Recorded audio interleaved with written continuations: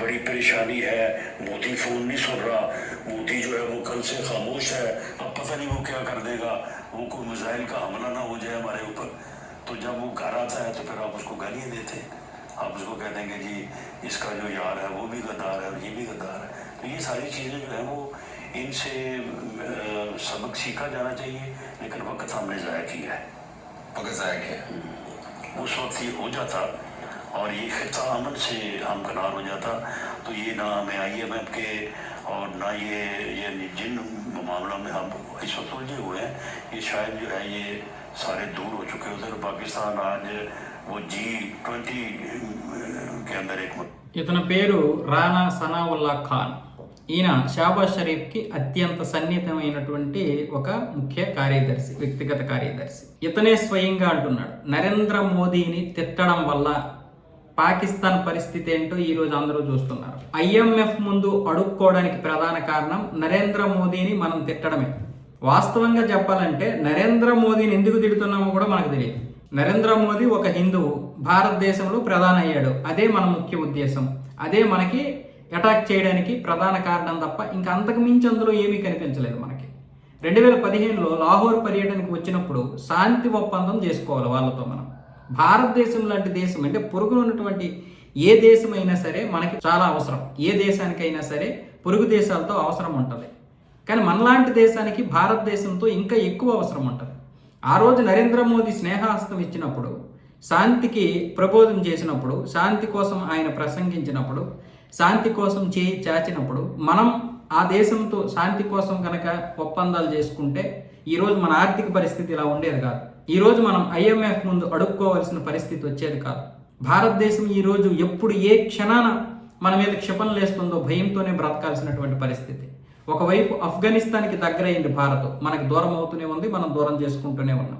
మరొక వైపు బలోచిస్తాన్ పరిస్థితి కూడా చూస్తున్నాం. మరొక వైపు ఇప్పుడు నరేంద్ర మోదీ ఫోన్ ఎత్తమంటే ఎందుకు ఎత్తుతాడు? నరేంద్ర మోదీ ఫోన్ ఎత్తడమే కాదు, దీనికోసం సపరేట్గా భారతదేశంతో సంబంధాలు ఏర్పరచుకోవడానికి, అంటే వాణిజ్య సంబంధాలు మళ్ళీ ఆ డీలింగ్ కుదర్చడం కోసం తీవ్రంగా ప్రయత్నాలు చేస్తున్నారంట. ఇప్పుడు నరేంద్ర మోదీ కానీ ఆయన టీం కానీ మనతో మాట్లాడడానికి కూడా ఇష్టం ఉండదు. అసలు వాళ్ళ అవసరమైతే మన మీద క్షిపణులు వేస్తారు అని ఇప్పుడు రానా సనావుల్లా ఖాన్ అయితే మాట్లాడుతున్నాడు. కరెక్టే కదా ఆయన మాట్లాడింది. ఈరోజు ఆపరేషన్ సింధూర్తో పూర్తిగా తుడిచిపెట్టుకుపోయింది. ఆ కొద్దో గొప్ప 4,000 కోట్ల రూపాయల వ్యాపారమైనా జరిగేది, అది కూడా లేదు.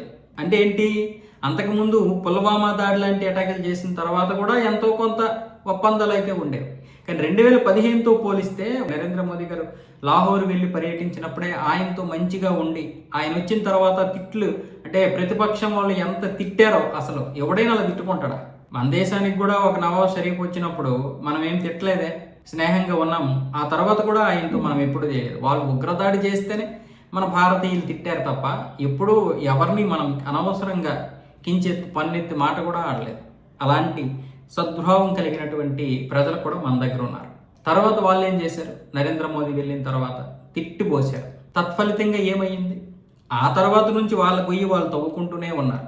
2014 వరకు భారతదేశంతో మంచి సంబంధాలు కలిగారు. ఎలాంటి సంబంధాలు? ఏ వాణిజ్యం లేకపోయినా అక్కడికి అన్నీ వెళ్ళిపోతూ ఉండేది. ఇక 370 అమల్లో ఉండేది కాబట్టి ఇక పాకిస్తాన్, కశ్మీర్ అంతా వాళ్ళదే. పాకిస్తాన్ ఒకటే, కశ్మీర్ ఒకటి, అంతా కలిసిపోయింది. చివరికి మన ఆర్మీ కూడా అక్కడ ఎటువంటి పనులు చేయలేకపోయేది. అలాంటి దౌర్భాగ్యమైనటువంటి పరిస్థితులు. అలాగే మన దగ్గర ఉన్నటువంటి కొద్దో గొప్ప ఆర్థిక పరిస్థితులన్నీ వాళ్ళకి తగలెట్టేశారు. ఆర్థికంగా వాళ్ళని బలపరిచారు. ఆర్థికంగా ఎంతో డబ్బు, అంటే గోధుమ పిండ్లు లేదంటే మిగతా తినుబండారాలు మాత్రమే కాదు, డబ్బు కూడా అక్కడికి వెళ్ళేది. అక్కడి నుండి ఫేక్ కరెన్సీ ఇక్కడికి వచ్చేది. మరి 2015లో నరేంద్ర మోదీ రాగానే వీళ్ళకి ఆయన శత్రువు అయిపోయాడు. ఇక మన ఆటలు సాగవనుకున్నారేమో. కానీ 2015లో లాహోర్ వెళ్ళాడు ఆయన. మరి లాహోర్ వెళ్ళినప్పుడైనా మంచి సంబంధాలు పెట్టుకోవచ్చు కదా అని ఇప్పుడు సనావుల్లా ఖాన్ మాట్లాడుతున్నారు. తప్పేం కాదు ఆయన మాట్లాడింది. ఈరోజు మనం అడుక్కు తింటున్నాం. భారతదేశంతో కనుక ఇది చేసుకుంటే $1 బిలియన్ ఇప్పటికి ఒక వాణిజ్యం జరిగేది. పాకిస్తాన్ లాంటి దేశానికి $1 బిలియన్ లేదా $2 బిలియన్ వాణిజ్యం భారతదేశంతో చేసుకుంటే తనకి ఈరోజు నిజంగానే ఈ 1000 కోట్లకి 2000 కోట్లకి అడుక్కునే పరిస్థితి వచ్చేది కాదు కదా. ఏ విలువైనా ఎప్పటికైనా తెలుస్తూనే ఉంటుంది, కాకపోతే బయటికి చెప్పరు. దరిద్రం ఏంటంటే మన దగ్గర ఉన్నటువంటి కుహనా మేధావులు, మన దేశ ద్రోహులే ఇలాంటి విషయాలు చెప్పకపోగా తిరిగి మనల్ని నిందిస్తూ ఉన్నారు.